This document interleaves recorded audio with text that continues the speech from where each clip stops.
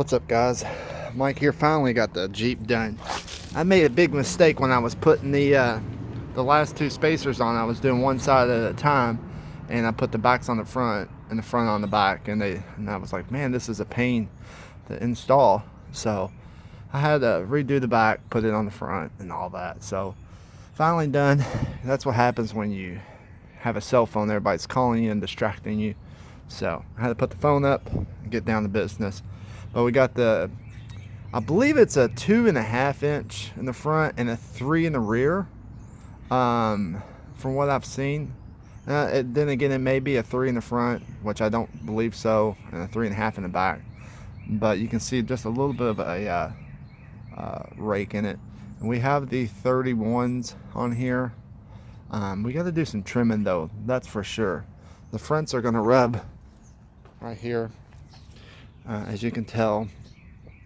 And these are really common, these tires. I see them everywhere now. Now that I bought them, these are a 255/70 on the 18-inch Jeep rim. And we painted everything inside there that was potentially going to rust more. We use a Hammerite paint that's a rust preventer. So hopefully we'll minimize anything happening in the future. But overall, the install was fairly easy. You definitely need to have two jacks to do this. One to jack the car up, and the other one to put underneath the rotor and let the main jack down to help push the suspension back up so you can put your bolts back in.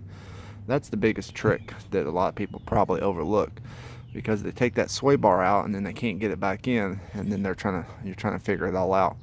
But with the front sway bar, I was advised from other people, because this is all new to me, just to keep it disattached. But the only downfall I'm worried about is if you have the front sway bar attached, do I risk losing those spacers out of the spring because I have more flexibility? So we'll find out and see if that's what happens. But worst case, we'll rig it back up and we'll put the sway bar screws back in there. But the fronts are disattached for a little bit more angle, and the rears are still attached until someone else tells me different. This is all a learning experience for myself. But the next thing we got to do is what else do we got to do? Oh, there's a shock that's for the steering shock. It's bent, and so I'm sure that's probably going to cause some sort of discomfort in the the way the vehicle moves and steers and stuff like that. So we're going to straighten that out, and I'll show you what I'm talking about. I just noticed it actually. Let's see here, where the heck is it? Right there. A little bit of a bend. We'll fix that. And as you can tell, the Subaru's here.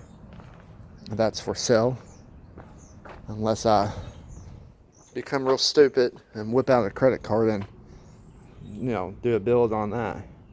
Anyway, guys, that's the Jeep, and I guess next stop is really taking her to the trails. Hopefully we don't flip it over and die, so I've never done it before. But thanks for watching, and I'll see you later.